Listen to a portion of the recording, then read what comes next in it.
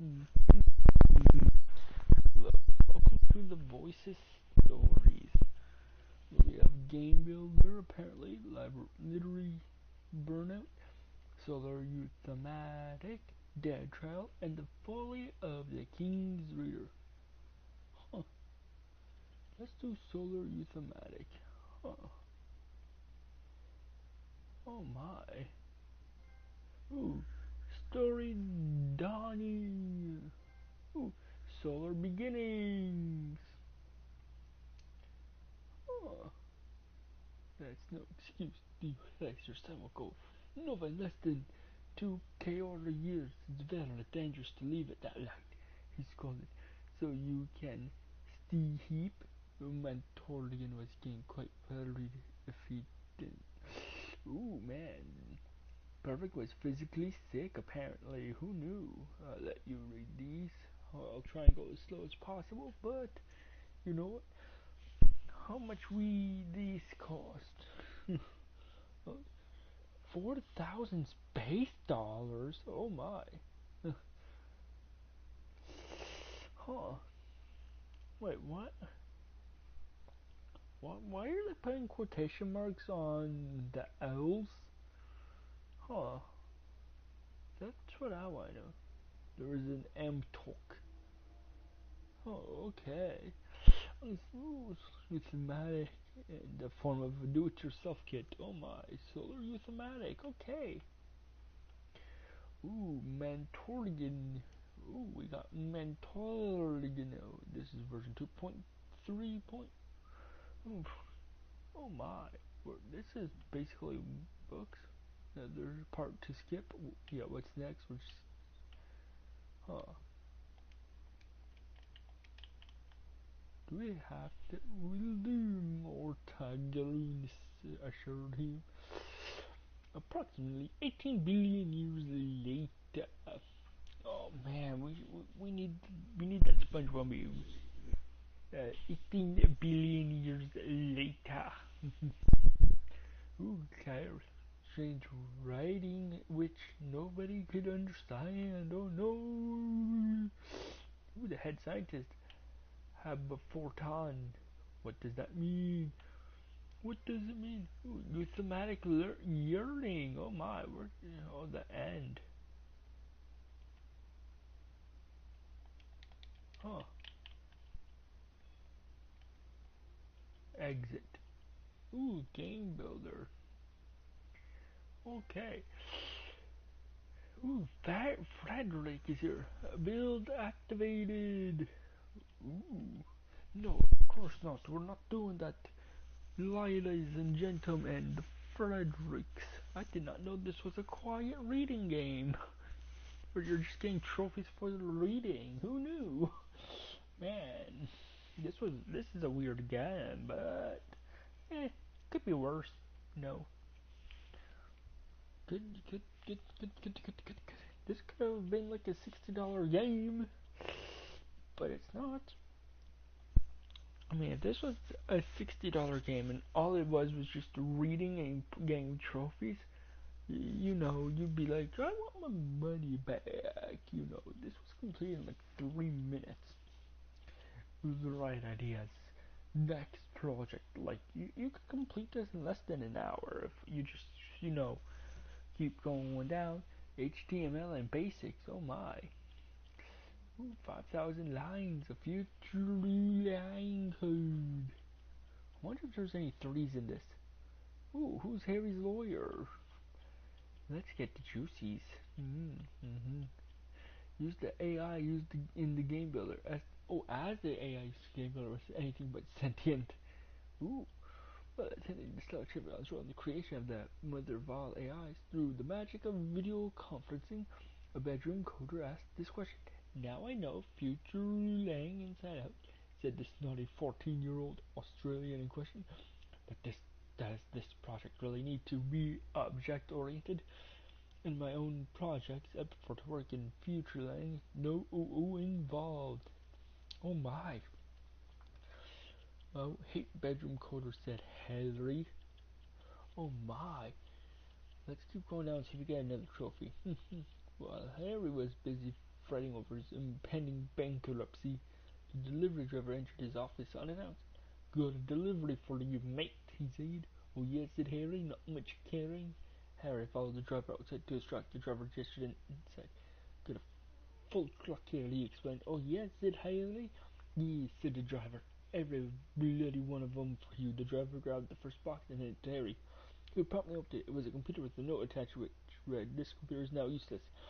All resources have been eaten by your sentient program, as it's now considered murder to delete the AI program, sending it to you.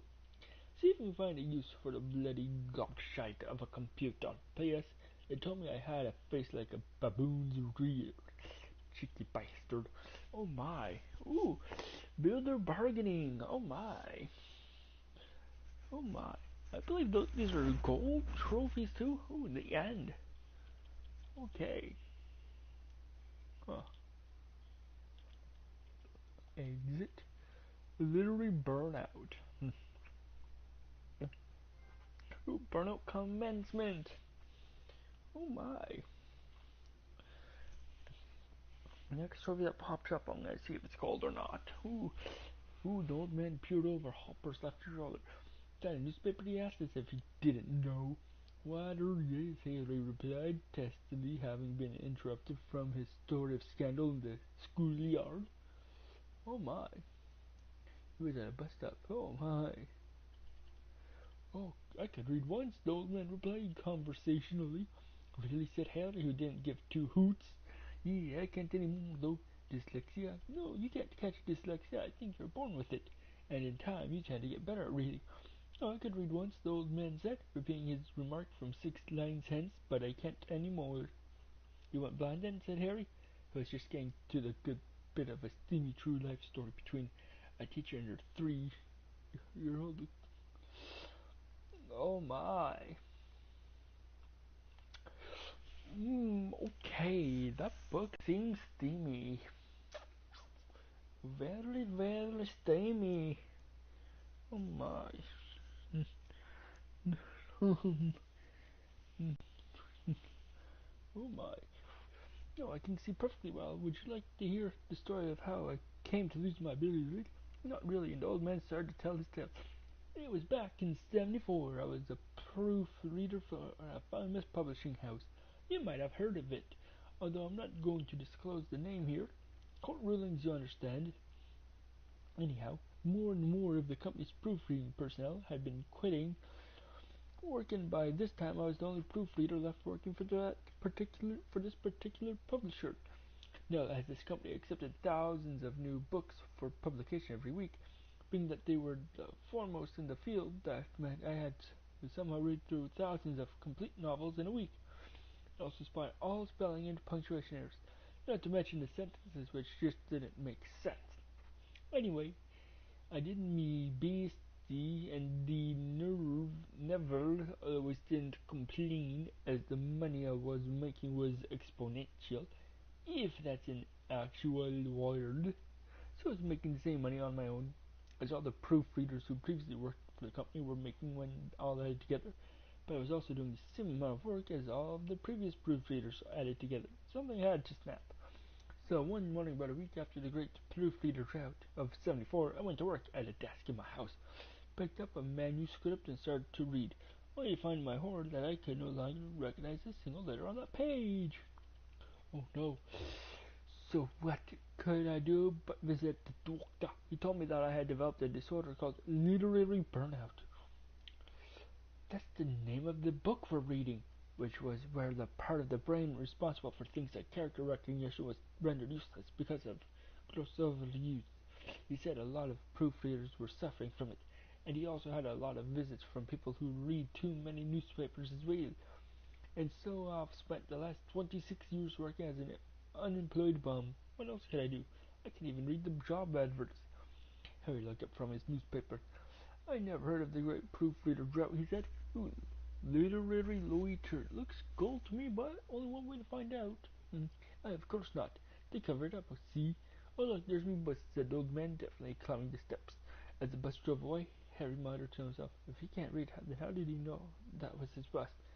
He resumed his reading, only to find he couldn't remember how. The end. Oh my.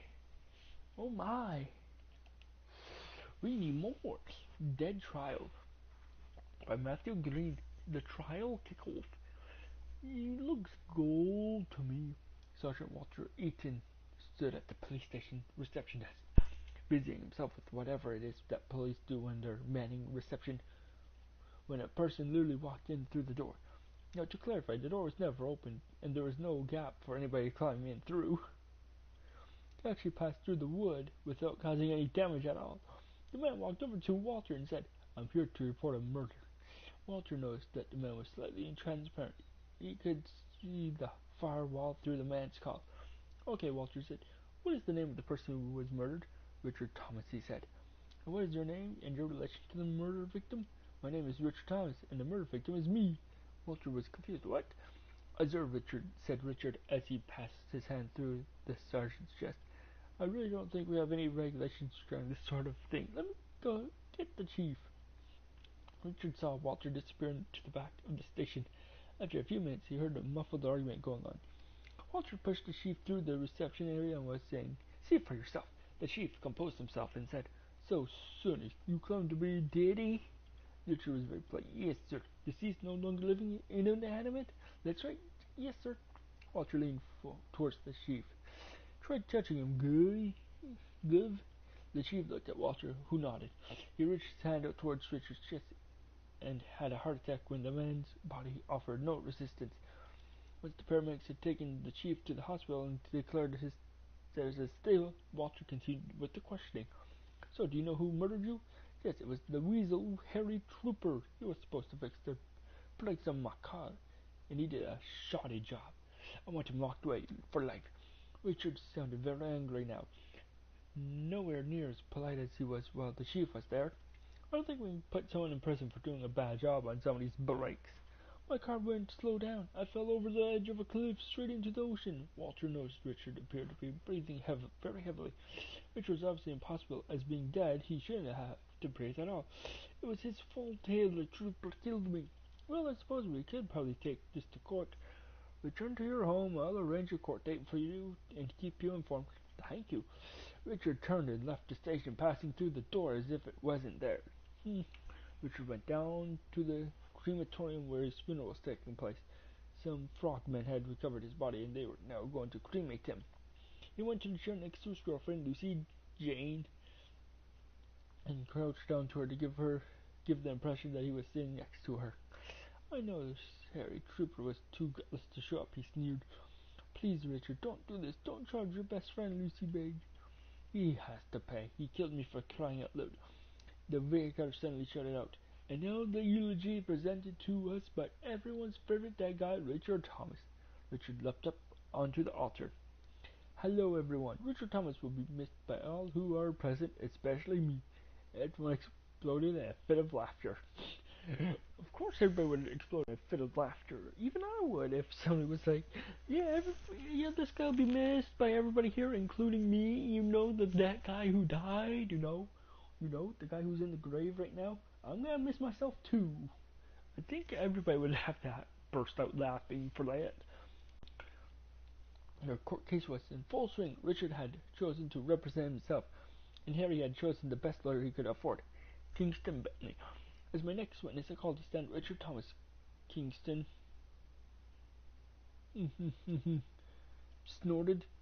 Richard stepped into the dock. "Now, Richard," he wheezed, "I have great difficulty in figuring out what this trial is all about. You're still here, present in the land of the living. You've suffered no brain damage. What's the problem?" "The problem, Kingston, is that my girlfriend, Lucy Jane, and I were currently trying for a baby, and now that I'm dead, I've been robbed of that opportunity." Kingston didn't expect such a good argument. No further questions. Richard stepped down from the dock. "My next witness," Kingston said, "is the forensics expert who examined the wreckage, which was recovered and identified by the witness himself as the correct car." The forensic expert stepped up to the dock. "Now, Mr. Forensic, what did you find on examining the wreck?" "Well, Mr. Prosecutor, I could find no evidence that the brakes had been improperly repaired. But there was no way of telling if they had been correctly and professionally fit." No further questions, Kingston interrupted. You may step down from the dock. But I didn't finish what I was saying. I said you may step down. Yes, sir. Mr. Forensic returned to his seat. Any more witnesses? The judge asked. No, Your Honor, replied both parties. Final comments to the jury. Kingston stood up. Jury, Mr. Thomas's argument is weak at best. He didn't even have any witnesses. He was totally unprepared for court. It must be said that there is definitely reasonable doubt to whether this crime actually took place. You know how to vote. Richard stood up. Jury, are you going to believe the incoherent rantings of this mortal? His whole argument rested on lack of forensic evidence. But I say I've lost too much character witnesses, and I was said witness that I was a good driver, not prone to losing my concentration. On the only way this could have happened is if the car was defective. We will reconvene in 30 minutes to hear the jury's verdict. Dismissed. Foreman of the jury, have you reached a verdict? Yes, we have, Your Honor. And what is that verdict? Due to lack of forensic evidence, we find the defendant 100% not guilty. Harry was overjoyed. Hey, Richard, no hard feelings, eh, mate? Richard threw a punch at Harry, but fell straight through him. I'm going to call for a retrial, he yelled. Oh, give it up, Kingston reciprocated. Richard begrudgingly said that Kingston was right.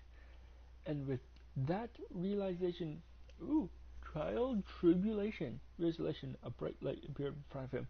Daring him to approach it, he could feel it pulling him. His every instinct told him to move into it. Just like his every instinct told him to charge his former best friend. Then that got him nowhere. He walked over to Harry and whispered, I forgive you, and he meant it too. Then he let the light take him to his place of eternal peace, where he spent all his time at the bottom of the ocean, sleeping with the fishes. The end. Not bad. That was Dead Trial. And now the last one is the Folly of the King's Reader. Ooh, Folly dawning. And Jill came tumbling after, the court reader concluded. Hang on a minute, King Gerald interjected. That hasn't been written yet, has it? This is medieval times after all. Okay, now we're just breaking the fourth wall. It's like, well, that hasn't been written yet. We're in medieval times after all, you know? It'd be like, and then the dinosaurs all die by a meteorite. And the dinosaur's like, wait, that didn't happen. We're still alive. This is dinosaur time after all. Man, that would be hilarious to hear in a movie. I went, no, sir, came the reply. Would you like me to read another, he said, taking a lungful of air and insisting of reading another nursery rhyme from start to finish without pausing for breath. No, I wouldn't. I've heard all of these 1,000 times. Aren't there any others I haven't heard? I'm sorry, my liege, this is all there is. But there's thousands of books in the library. Surely I can't have heard them all. Oh, you'd be surprised. Just then a southerner entered the throne room, which was not an uncommon happenstance, seeing as this was London and everything. Your Majesty, he grovelled, I have travelled many trillions of miles from the desolate wastelands of Edinburgh in order to present you with this. And so saying, he handed the king a small piece of pipe art. I thought you were supposed to be a southerner, commented the king. It's from your cousin Jock, he added, helpfully, completely ignoring the king's remark. The messenger simpered out of the room, quietly singing YMCA to himself. It's fun to stay at the YMCA. That whole genre of music hasn't even been invented yet, the king yelled. Oh well, court reader, tell me what this says. Handed the paper to the reader. Okay, these stories are getting whack. Okay, so whack.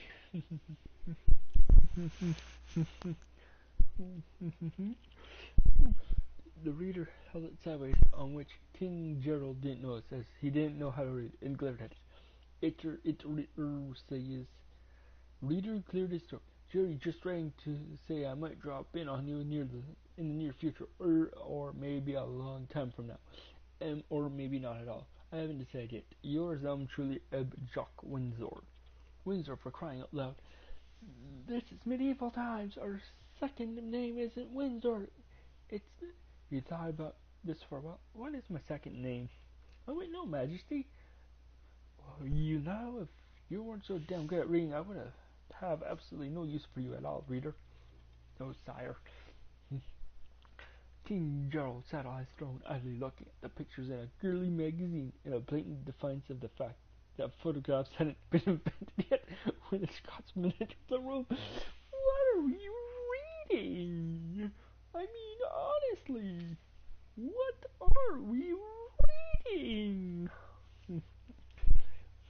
Oh, cousin, why, yeah, ye prepared ye defences, man. Did ye nie get my message? Yes, Jock. What, the one about you paying a visit? Paying a visit? What are ye on about, man? I was warning ye about an invasion ye seldom pounds. Oh, but the court reader told me. The court reader knows not, dude. You should have him hung, drawn, and quartered, ye gillet pansy. And with that he said, he collapsed to the floor dead. Somehow Gerald had neglected to notice the spirit which had impaled Jock to the chest. But now that he was dead, there was no denying its presence. Reader, Gerald shouted, so loud that he almost burst a lung. The court reader slithered into the room. Yes, your highness, why didn't you tell me what the letter really said? It spied the crumpled mass of Jock dominating the room. Invasion warning? The king was hit with a sudden terrible realization. You can't read, can you? As such, no, the reader admitted. So did you fool me for all these years? I knew the stories, I just had to memorize what cover illustration went with what story. But this is medieval times. Books don't have cover illustrations yet. They don't? King Nasty stood on the hill overlooking the castle with his legion of loyal, world-conquering soldiers. Why doesn't King Gerald and my younger twin set up any defenses? He definitely knows I'm coming. A soldier stepped forward. Maybe he don't need no visible defenses. What? Maybe he got him a new weapon, one which are invisible, but impenetrable. Folly fallout. Good. Graduate. Yay! Platinum. By golly, you must be right. And he turned his troops and issued the only order he could think of.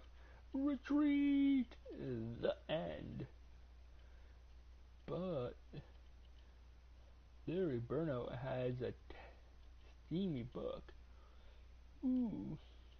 You know, 3-year-old cocker love served to a teacher and her 3-year-old cocker spaniel. That seems steamy.